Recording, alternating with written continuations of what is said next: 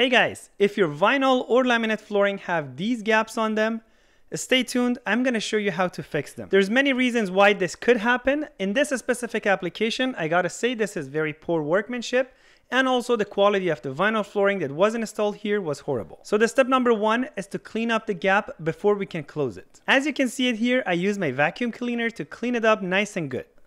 This is a specialty double-sided tape that I got it from Home Depot's carpet section. This is a very strong double-sided tape and they use it on carpet seams anywhere they install them. I gotta say this is the star of today's show. So we're not gonna need too much of it. Something around 4 to 6 inches is gonna do an amazing job. All you need to do is to apply it to somewhere close to that seam and then remove that backing and put a piece of wood on top of this and push it down as much as you can.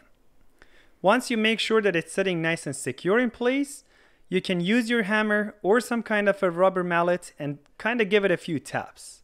At this time, it should go in place, but as you can see it here, I kind of felt that that piece on the left side was moving, so I decided to kind of kneel on that and tap this a little bit more. It still wasn't going in, so I decided to pull onto the piece of wood and then kind of hammer it back in. The reason why it wasn't sitting there is because that tongue and groove system was kind of interfering there. So it wasn't sitting in the right spot. By pulling that piece of wood up and then hammering it on the back, it solved the issue. It kind of helped me set it in place.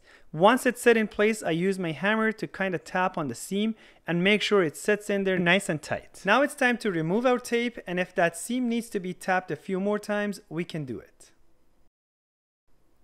Because this was located inside a hallway and expansion and contraction is not such a big deal here because it's only 2 planks, I decided to use 2 18-gauge brad nails and shoot it on both sides of these 2 planks. This way I know that it's not going to come loose in the future.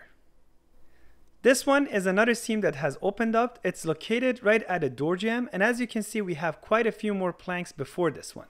Now let me show you how to take care of a situation like this. I found a lot of dirt and debris inside this seam, so I decided to use a kitchen knife and slowly go over it very carefully not to damage it. As you can see, I was just pushing it in the seam and it kind of removed a lot of debris from it.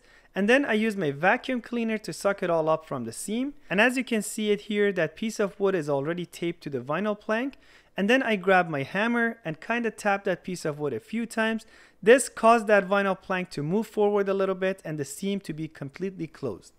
Obviously, because we moved these planks forward a little bit, the seams on the backside of this has opened up now. It's time to close them up. Just keep in mind, I'm not going to be using any nails for this one because it's a floating flooring system and it's supposed to expand and contract. So this flooring will be moving a little bit in different seasons in hot and cold. So this is the finished product. As you can see, the seam is completely closed and this is pretty much as good as it could get. If you found this video helpful, please make sure to hit that like button. If you haven't subscribed to the channel, please make sure to do so. Thanks a million for watching this video. Till next time, peace.